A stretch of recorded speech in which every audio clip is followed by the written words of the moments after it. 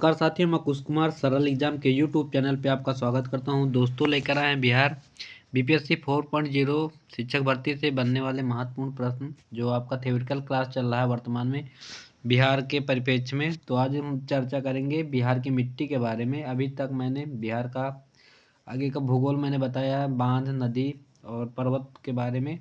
अब आज है बिहार की मिट्टी के बारे में, कौन कौन सी और किस प्रकार की मिट्टी किस एरिया में पाई जाती है। ठीक, तो शुरू करते हैं बिहार के बारे में।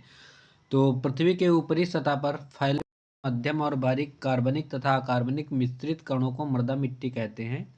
और मृदा का निर्माण जो है चट्टानों के टूटने फूटने तथा इनमें भौतिक और रासायनिक परिवर्तनों के फलस्वरूप होता है। ठीक, आगे बात करें मृदा के निर्माण में स्थलाकृति, वर्षा, आर्द्रता, तापमान, प्राकृतिक वनस्पति आदि की मुख्य भूमिका होती है।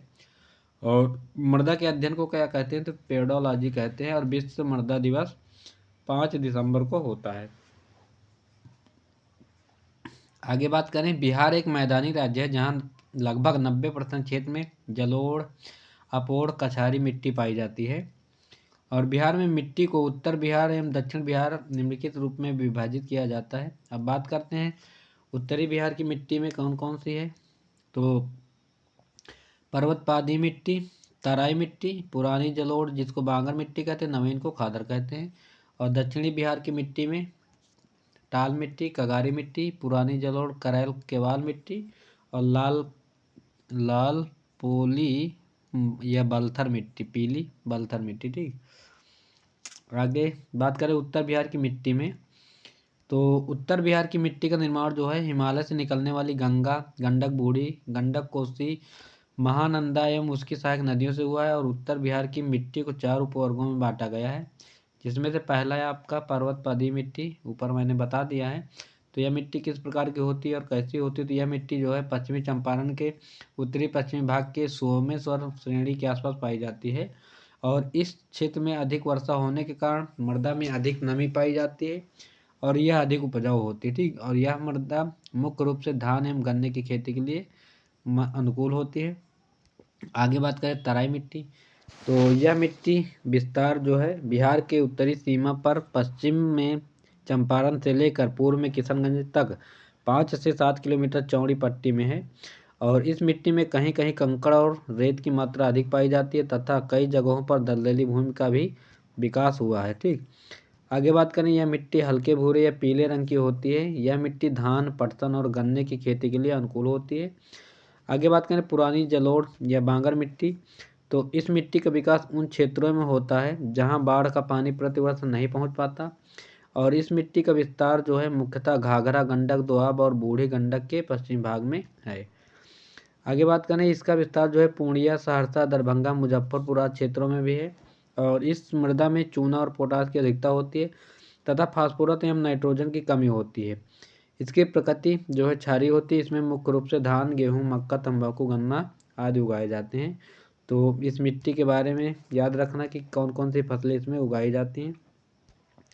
आगे बात करें नवीन जलोढ़ खादर मिट्टी। तो नदियों द्वारा प्रतिवर्ष लाए गए अवसादों को खादर मिट्टी का निर्माण होता है। और इस मिट्टी का विस्तार जो है गंगा, गंडक, बूढ़ी गंडक, कोसी, महानंदा की निचली घाटी में है। आगे बात करें, इस मिट्टी का रंग जो है गहरा भूरा होता है तथा इसमें बालू एवं चीका की प्रधानता होती है। इस मिट्टी में नाइट्रोजन की कमी होती है और यह मिट्टी अत्यधिक उर्वरता वाली होती है, जिसमें पर्याप्त सिंचाई होने पर धान, गेहूँ, जूट, मक्का आदि की पैदावार अच्छी तरह से होती है। ठीक, आगे बात करें दक्षिण बिहार की मिट्टी। तो दक्षिण बिहार की मिट्टी का विस्तार जो है गंगा नदी तथा छोटा नागपुर पठार के मध्य है। और मिट्टी की संरचना के आधार पर दक्षिण बिहार की मिट्टी को 4 भागों में वर्गित किया गया है। पहला है इसमें टाल मिट्टी। अब टाल मिट्टी जो है यह निम्न भूमि का क्षेत्र होता है जो वर्षा ऋतु में जल प्लावित हो रहता है। टाल मिट्टी का विस्तार जो है गंगा के दक्षिणी तट पर बक्सर के भागलपुर तथा तक 8 से 10 किलोमीटर चौड़ी पट्टी में है। यह मिट्टी मोटे कणों वाली धूसर रंग की एवं भारी मिट्टी होती है। और इस मिट्टी में रबी की फसलें अच्छी तरह से होती हैं। और यह क्षेत्र जो है दलदल और दलहन उत्पादन के लिए प्रसिद्ध है। आगे बात करें कगारी मिट्टी। तो गंगा नदी के दक्षिण तट पर सोन, फल्गु, पुनपुन, किऊल नदियों के किनारों पर इस मिट्टी का विस्तार है और इसकी उर्वरता जो है शक्ति कमजोर होती है। यह मिट्टी मोटे अनाज एवं सब्जी के उत्पादन के लिए जानी जाती है और इस मिट्टी में उगाई जाने वाली प्रमुख फसलें मक्का, सरसों, मिर्च आदि होते हैं। आगे पुरानी जलोढ़ या करैल केवाल मिट्टी, इस मिट्टी का जो विस्तार है वो बक्सर, उत्तरी गया, पटना, नालंदा, मुंगेर से लेकर भागलपुर तक है और इस मिट्टी की उर्वरा शक्ति अधिक होती है तथा इसमें जल सोखने की क्षमता भी अधिक होती है और इस मिट्टी का रंग जो है गहरा भूरा, पीला एवं हल्का होता है।